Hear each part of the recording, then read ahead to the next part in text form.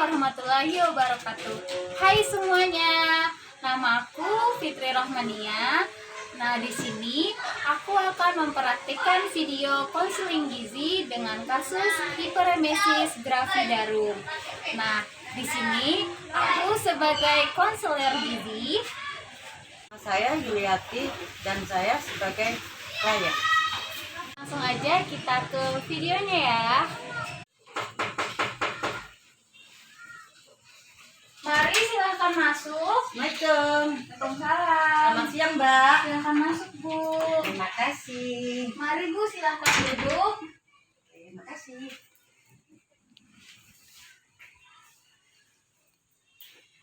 Sebelumnya saya izin memperkenalkan diri ya, Bu. Nama saya Fitri Rohmania. Ibu bisa panggil saya dengan sebutan Fitri. Iya. Nah, saya ini sebagai ahli gizi yang bertugas pada siang hari ini, Bu. Nah, kira-kira sebelumnya apakah boleh tahu Ibu dengan Ibu siapa? Kalau saya dengan Ibu Yuli. Oh, Ibu Yuli. Kalau boleh tahu, Ibu berasal dari daerah mana, Bu? Kalau saya dari Banjarmasin, Kalimantan Selatan. Baik, dari Banjarmasin ya, Bu.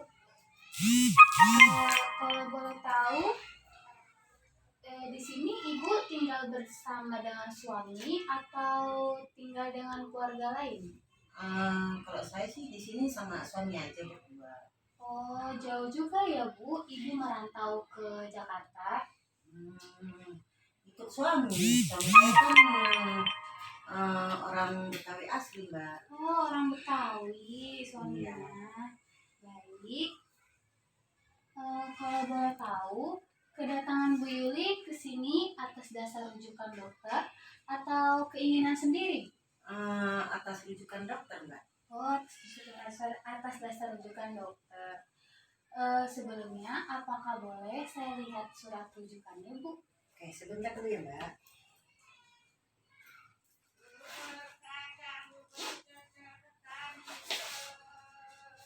Ini, Mbak. Baik, terima kasih. Saya cek kembali ya, Bu.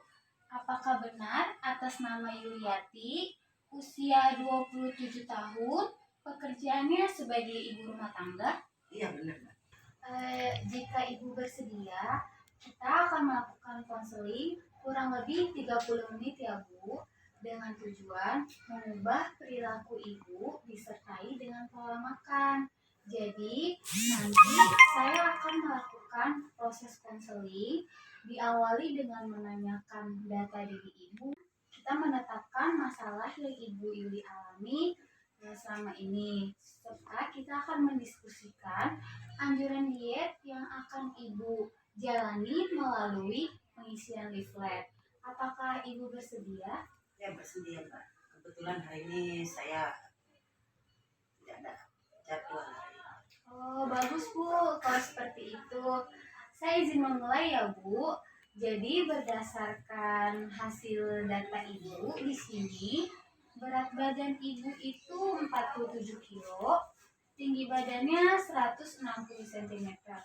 Kalau boleh tahu, pengukuran ini dilakukan kapan ya, Bu, terakhir? Sebulan yang lalu, sekitar usia kandungan saya 4 minggu. Oh, berarti kandungan Ibu sekarang usianya 8 minggu ya, Bu? Benar, usia kandungan saya sudah 8 minggu. Saya pengen sekali, Mbak, ini biar cepat lahir, biar suami apa sih namanya, anak saya tuh kalau laki-laki gantengnya kayak Boy William, kalau perempuan kayak Citra Kirana, Mbak. Amin. Semoga sehat juga ya, Bu, bayinya. Sekarang Maaf, Mbak. Maaf, minum Mbak. dulu, Bu. Biasa, Mbak. Saya kalau suka mual, Mbak. Oh iya, nggak apa-apa, ini, Bu, diminum dulu. Ada air. Aduh, susah sekali sedotannya, Bu. Terima kasih, Mbak. Iya, sama-sama, Bu. Kita lanjut ya, Bu.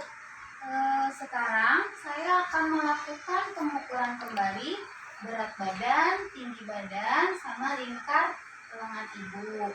Nah, Di sini sebelumnya barang bawaan ibu yang memberatkan bisa taruh di atas meja dulu ya Bu.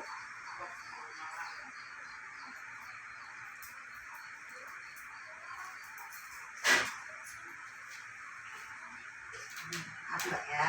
Ya, nggak apa-apa Bu. Mari Bu, silahkan di sini berdiri.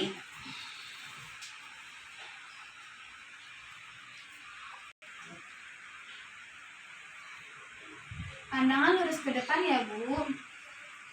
Baik. Sudah Bu, sudah selesai.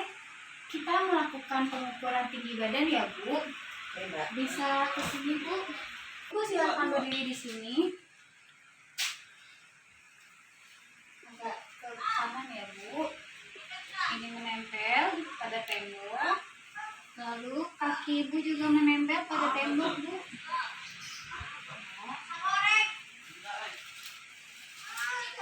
Agak ke sini ya Bu.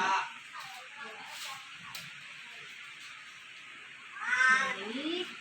Hasilnya 160 cm.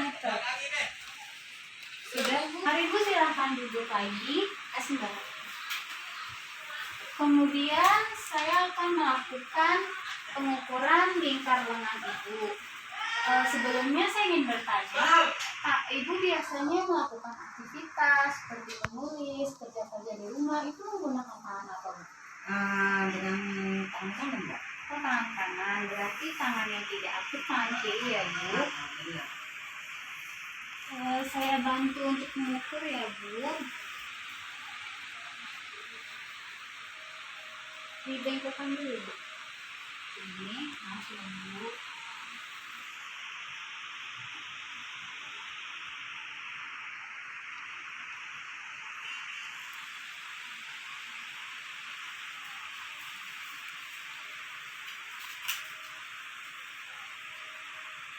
Dilurusin aja Bu.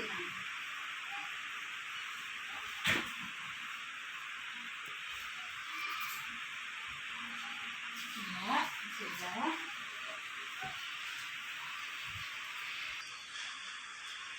Jadi berdasarkan hasil pengukuran tadi Bu, semuanya itu berat badan, tinggi badan ibu itu sama dengan data sebelumnya. Lalu lingkar lengan ibu itu 22,4 cm. Nah, ini termasuk ke dalam kategori yang kurang energi kronis Bu, atau di bawah dari garis normal. Lalu berdasarkan IMP yang saya hitung, IMP ibu itu 17,58 kilo. Nah, ini termasuk kategori rendah Bu, berat badan kurus, atau ibu kekurangan berat badan yang kategorinya ringan. Seharusnya berat badan ibu itu idealnya itu 54 kilo Bu. Nah, kalau boleh saya tahu, apakah ibu dalam akhir-akhir ini mengalami kenaikan berat badan Bu? Memang sih awal kehamilan saya timbangannya 45 kilo Mbak. Oh, seperti itu.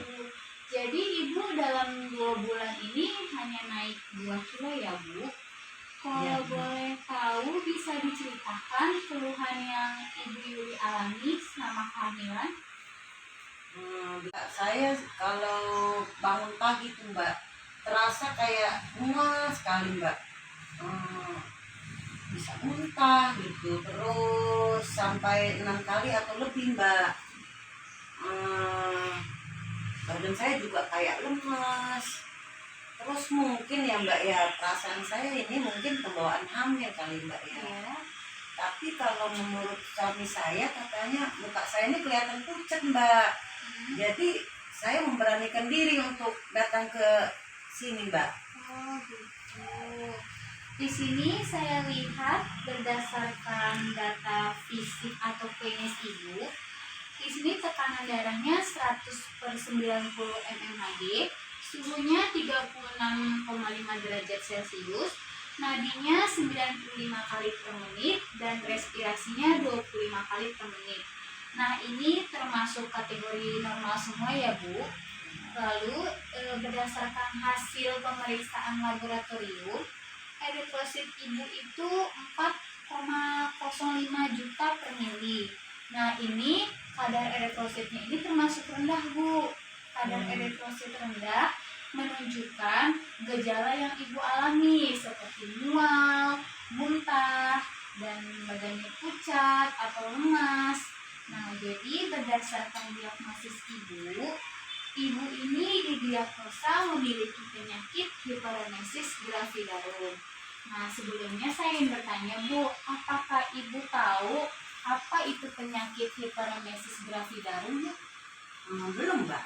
Oh, belum tahu. Baik, saya izin menjelaskan ya, Bu. Jadi penyakit hiperemesis gravidarum itu di sini saya punya di slide-nya. Penyakit ini mual dan muntah yang berlebihan pada wanita hamil sampai mengganggu pekerjaan kita sehari-hari, Bu. Pada umumnya ini penyakit ini dapat menyebabkan dehidrasi. Kemudian penyebab hiperemesis itu tuh sebenarnya masih belum diketahui secara pasti ya, Bu. Tetapi ada beberapa faktor yang mempengaruhi ibu bisa menyebabkan penyakit ini. Yang pertama, faktor adaptasi dan hormonal karena kondisi kita kehamilan. Misalnya badan kita nih, Bu, masih beradaptasi dari yang sebelum hamil. Pas hamil tuh jadi kayak gimana, masih perlu beradaptasi. Lalu yang kedua itu ada faktor psikologis. Yang ketiga ada faktor alergi. Nah, gejala hiperemesis ini mulai dari ringan sampai berat, seperti muntah yang terus-menerus, nafsu makan berkurang, berat badannya menurun, terus lidah kita kering, mata kita cekung, suhu tubuh kadang-kadang naik. Pada kondisi yang berat, ibu bisa mengalami penurunan kesadaran bahkan sampai koma, Bu. Oh, gitu ya, Mbak. Iya, benar, Bu. Apakah ibu mengalami keluhan yang tadi saya sebutkan, gejala yang saya sebutkan? Ada sebagian seperti itu. Sebelumnya saya ingin bertanya, dari keluarga Ibu Yuli, apakah ada yang memiliki riwayat penyakit keluarga, Bu? Lalu ini kalau boleh tahu, Ibu hamil anak keberapa ya, Bu?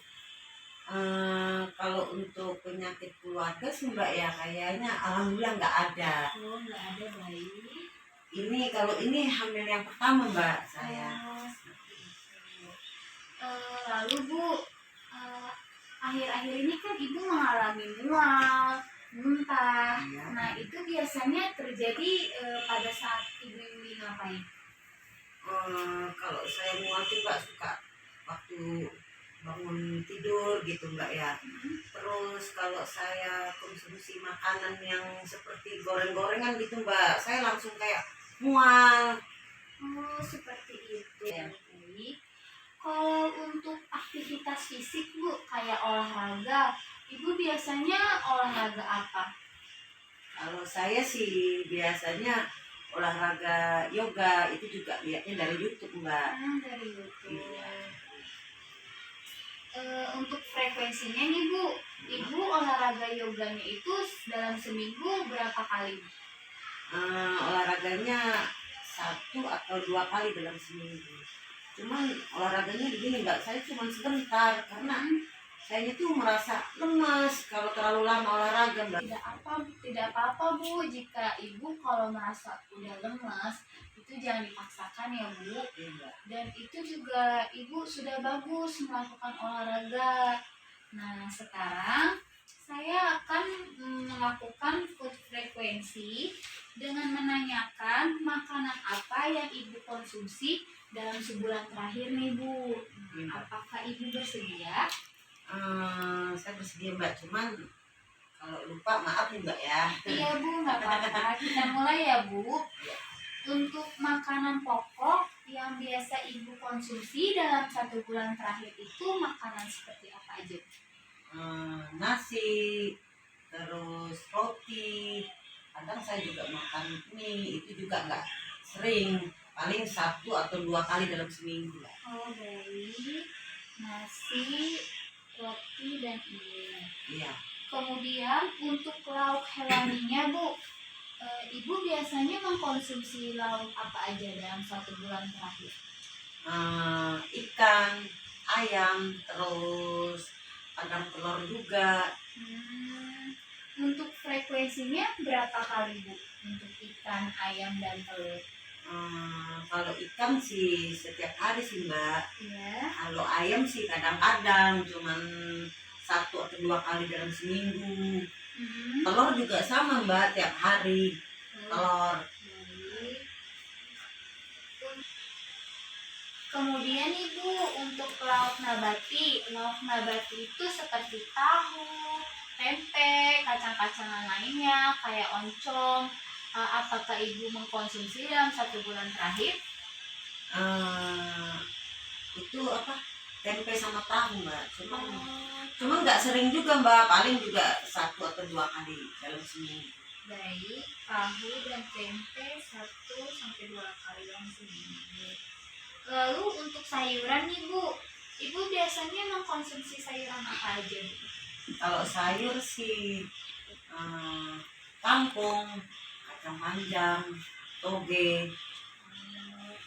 Itu Ibu mengkonsumsinya dalam 1 bulan terakhir berapa kali? Kalau untuk sayur sih tiap hari Mbak. Untuk sayur, karena saya suka sayur itu sayur yang ditumis Mbak. Oh, Ibunya suka sayur yang ditumis ya Bu. Kemudian untuk buah nih Bu, Ibu biasanya mengkonsumsi buah apa aja dalam 1 bulan terakhir? Kalau buah sih Mbak ya jeruk sama pisang anggur Mbak. Untuk frekuensinya berapa kali Bu?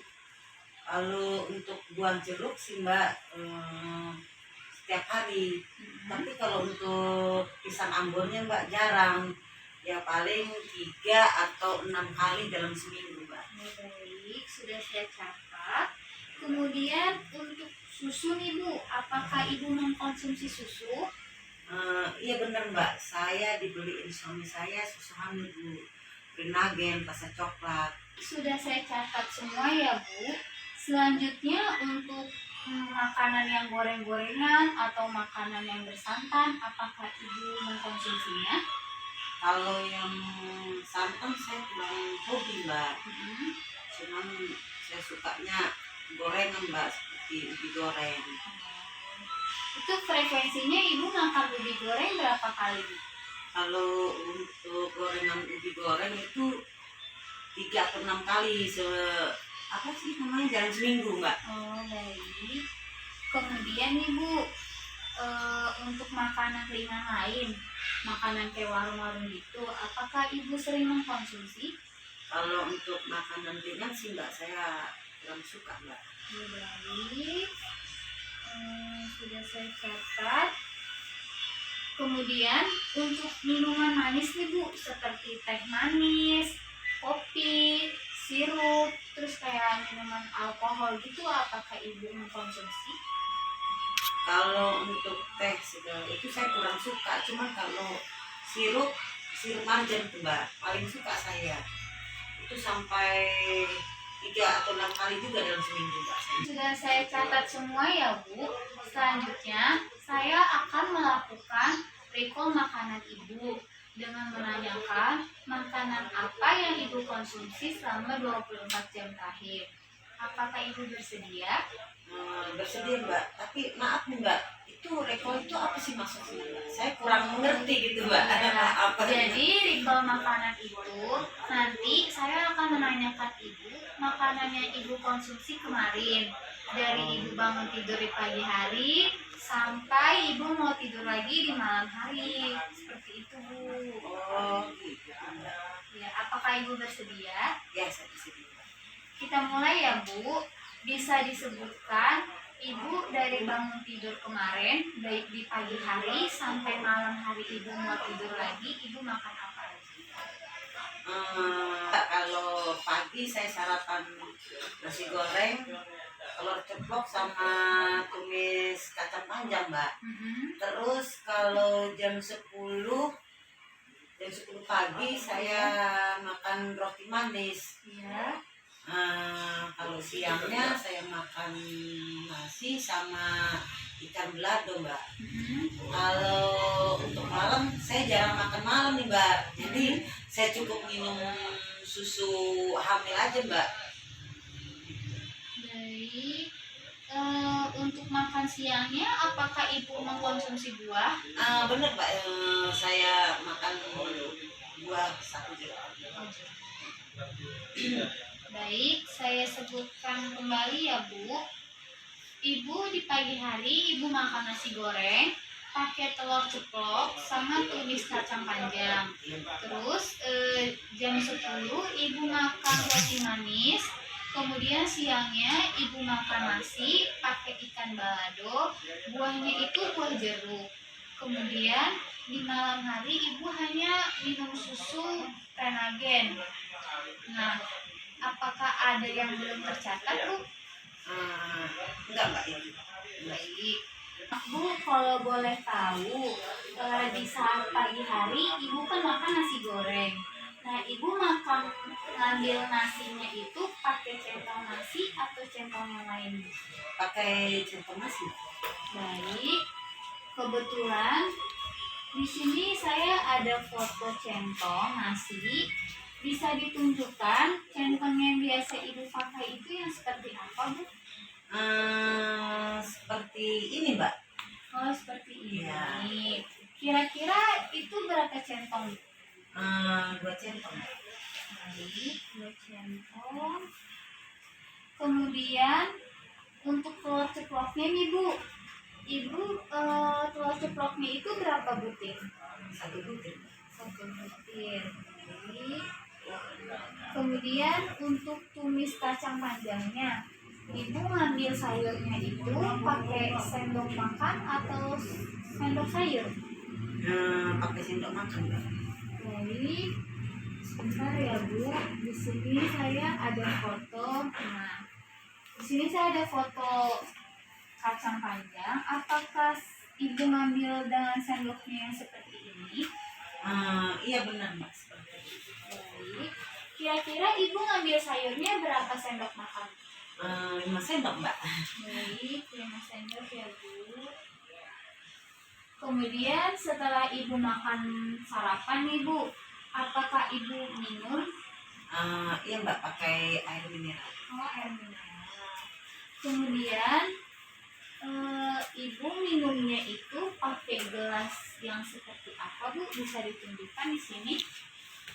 Yang seperti ini mbak. Oh, yang 225 mili ya Bu? Iya. Baik. Kemudian untuk sarapan ini apakah dihabiskan semua makannya Bu?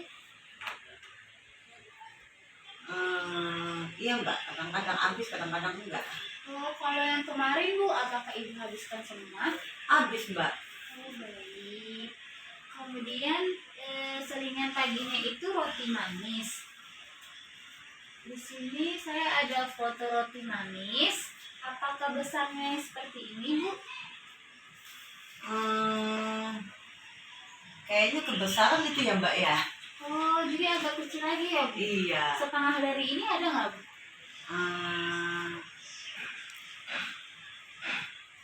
Ya sedikit sih dari itu sih mbak. Oh, baik. Tapi ibu makan roti ini habis? Habis. Baik.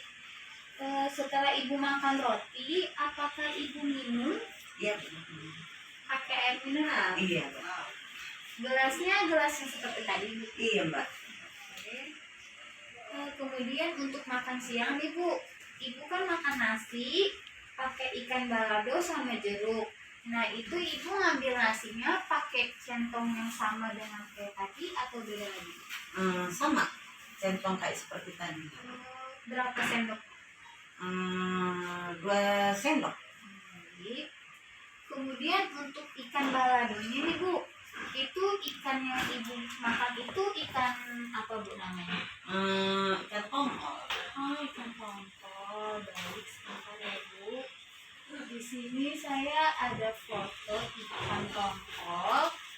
Kira-kira kemarin ibu bagian mana yang ibu makan? Saya ambil yang makan kemarin yang tengah karena saya sukanya daging yang tengah. Baik, yang Iya. aman ya Bu.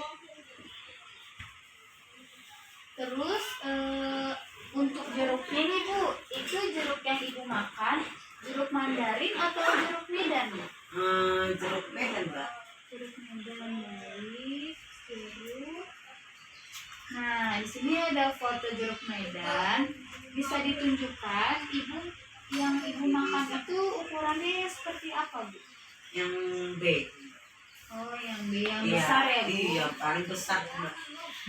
Ini untuk makan siangnya habis semua Bu? Habis, cuman kulitnya Mbak yang nggak dimakan. Oke.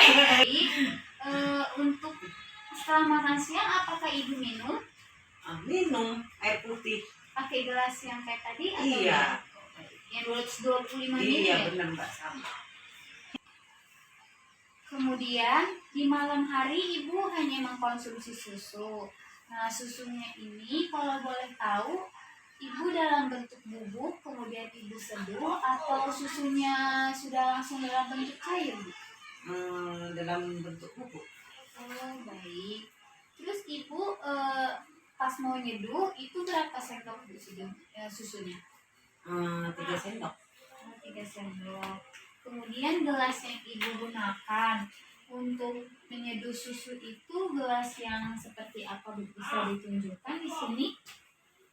Yang ukuran 225 ml. Baik, 225. Apakah susunya habis Bu? Dihabiskan? Ya, habis Mbak. Baik. Ini sudah semua saya catat ya Bu. Kemudian kalau boleh tahu, apakah ada makanan yang Ibu pantang menurut agama Ibu yang Ibu anut? Iya Mbak, saya kan agama Islam. Jadi yang nggak boleh dimakan itu daging babi sama daging anjing. Baik. Kemudian untuk alergi, apakah Ibu ada alergi terhadap makanan? Alhamdulillah enggak Mbak, embat semua makanannya. Baik, tidak ada alergi ya Bu. Kemudian saya akan menghitung total asupan yang Ibu makan kemarin.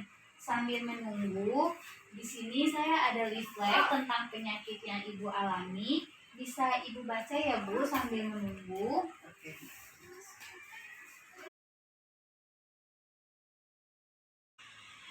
Berdasarkan hasil perhitungan, masalah gizi yang Ibu alami itu yang pertama, adanya memerlukan peningkatan kebutuhan zat gizi berkaitan dengan keadaan fisiologis, yaitu kehamilan ditandai dengan kurangnya asupan ibu dibandingkan dengan kebutuhan, yaitu energi sebesar 48,1%, protein sebesar 41,8%, dan karbohidrat sebesar 42%. Yang kedua, adanya perubahan fungsi gastrointestinal berkaitan dengan gangguan fungsi gastrointestinal selama kehamilan, ditandai dengan mual dan muntah lebih dari 6 kali sehari, disertai dengan lemas dan pucat Bu. Waduh Mbak, kalau begitu saya harus bagaimana nih Mbak? Terus saya harus ngapain? Saya takut Mbak ada kenapa-kenapa dengan kehamilan saya. Maklum Mbak, hamil yang pertama. Iya Bu. Jadi berdasarkan diagnosa yang telah saya tetapkan, saya telah menyusun intervensi yang akan saya berikan, yaitu jenis diet hiperemesis 1. Nah, di sini Ibu syarat dietnya itu energi, protein, lemak, dan karbohidrat itu harus diberikan sesuai dengan kebutuhan Ibu. Kemudian makanan yang diberikan dalam bentuk sesuai kondisi Ibu. Terus makanan yang diberikan itu harus mudah dicerna dan tidak merangsang saluran cerna Ibu. Terus makanan yang Ibu makan itu porsi kecil dan sering. Bila makanan pagi dan siang Ibu sulit menerimanya, itu bisa dioptimalkan di makan malam. Terus di sini makanan yang boleh Ibu konsumsi itu seperti roti panggang, biskuit, crackers, singkong singkong atau ubi bakar, bisa juga direbus. Terus dan buah-buahan. Kemudian di sini ada makanan yang dilarang atau makanan yang tidak boleh ibu konsumsi, seperti makanan yang terlalu merangsang saluran cerna ibu. Nah, kayak ibu kalau masak pakai bumbunya itu jangan yang pedes-pedes ya bu, Iya mbak. seperti cabai, merica, jahe, dan buah-buahan yang merangsang itu seperti nanas, durian, dan nangka. Terus bahan makanan dan minuman yang mengandung alkohol, kopi, terus makanan yang mengandung zat-zat pengawet kayak makanan dan minuman warung itu sebaiknya dihindari dulu ya bu. Oh seperti itu ya mbak. Emang kenapa mbak saya harus memenuhi diet seperti itu mbak? Jadi karena masa hamil itu kan masa penting ya bu untuk pertumbuhan optimal janin dan persiapan persalinan. Oleh karena itu tetap dibutuhkan penambahan zat-zat gizi yang berguna untuk kesehatan ibu sendiri, terus pertumbuhan janin ibu, terus kesehatan saat persalinan, persiapan menyusui dan tumbuh kembang bayi. Meskipun ibu kondisi ibu ini kan sedang tidak sehat, tapi diusahakan ibu tetap mengkonsumsi makanan yang penuh zat gizi untuk memenuhi kebutuhan sehari-hari ibu. Kemudian saya ingin bertanya nih bu, apakah ibu siap untuk melakukan perubahan perilaku yang dimulai dari pola makan ibu sehari? Ya siap mbak. Baik, sekarang kita isi daftar dietnya ya bu. Oke mbak. Dimulai dari identitas.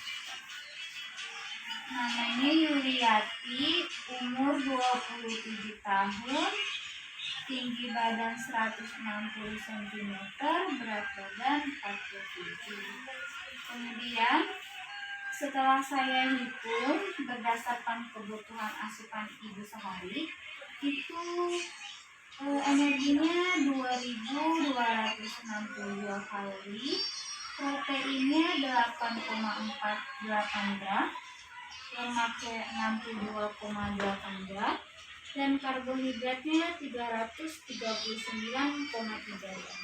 Terus caranya gimana mbak saya memenuhi diet tersebut mbak? Baik, sebenarnya prinsipnya dari kebiasaan makan ibu. Ibu kan biasanya makannya itu 2 kali makan utama dan 2 kali selingan. Nah itu bisa ditingkatkan bu menjadi 3 kali makan utama dan 3 kali makan selingan. Nah sebenarnya dari prinsip ibu makan itu sudah bagus, sudah mengkonsumsi makanan pokok, lauk hewani, sayur dan buah. Nah di sini saya ada contoh menu yang harus ibu konsumsi. Di pagi hari ibu bisa makan roti panggang, bisa diolesin pakai selai yang ibu suka. Terus jam 10 ibu bisa minum jus jeruk, itu boleh bu pakai gula. Iya. Terus di siang ibu bisa makan pakai singkong dipanggang terus ditaburin keju, terus ditambahin buah apel, itu bisa bu. Nah terus selingan siang jam 2 siang ibu bisa minum jus jeruk pagi. Kemudian selingan sore ibu bisa makan buah seperti buah pepaya. Nah terus di malam ibu bisa makan roti panggang lagi, diolesin pakai selai lagi, ditambah buah pisang ya bu. Nah terus sebelum tidur ibu bisa mengkonsumsi susu yang biasa ibu minum. Oh gitu ya mbak. Iya. Jadi saya harus meningkatkan provinsi makanan sehari-hari, misalnya makanan utama harus 3 kali sehari, terus makanan ringannya juga 3 kali sehari. Iya bu, benar sekali. Jangan lupa sayur dan buahnya ya bu, karena bagus untuk kesehatan bayi. Nah kemudian kalau boleh tahu dalam menjalani diet ini apakah ada hambatan yang ibu Yuli alami? Enggak mbak, alhamdulillah. Karena dari awal kehamilan saya mbak, saya punya pembantu, jadi saya tinggal suruh beliau untuk masak apa sih namanya diet saya ini Mbak. Oh, baik. Bagus Bu, kalau seperti itu jika nggak ada hambatan. Kemudian, apakah ada lagi yang ingin Bu Yuli tanyakan? Kiranya kayak gitu aja sih Mbak. Baik, kalau begitu apakah boleh saya meminta Ibu Yuli untuk menjelaskan kembali apa yang sudah kita diskusikan tadi Bu? Iya Mbak, jadi intinya saya harus meningkatkan apa sih namanya asupan makan saya menjadi 3 kali sehari dan apa sih namanya selingan juga 3 kali sehari, terus juga menambah asupan makanan sayuran dan buah Mbak. Alhamdulillah Bu Yuli sudah paham dengan apa yang kita bahas pada konseling hari ini. Untuk konseling hari ini sekian sampai sini ya Bu. Kemudian semoga diet yang diberikan ini dapat dijalankan dengan baik. Iya Mbak. Untuk memantau apakah diet ini berhasil atau tidak, saya sarankan Ibu Yuli untuk melakukan konseling kunjungan ulang ke sini selama 2 minggu ke depan. Iya Mbak. Nah, ini data konseling sudah saya catat di data medik dan ini reflect mengenai diet hiperemesis, bisa Ibu bawa pulang ya Bu. Iya Mbak, terima kasih ya Mbak. Iya, sama-sama. Saya pamit dulu Mbak ya. Iya Bu. Terima kasih Mbak ya. Iya, hati-hati di jalan ya Bu. Selamat sore Mbak. Selamat sore. Terima kasih Mbak. Iya Bu. Assalamualaikum. Waalaikumsalam. Hati-hati di jalan ya Bu. Iya Mbak.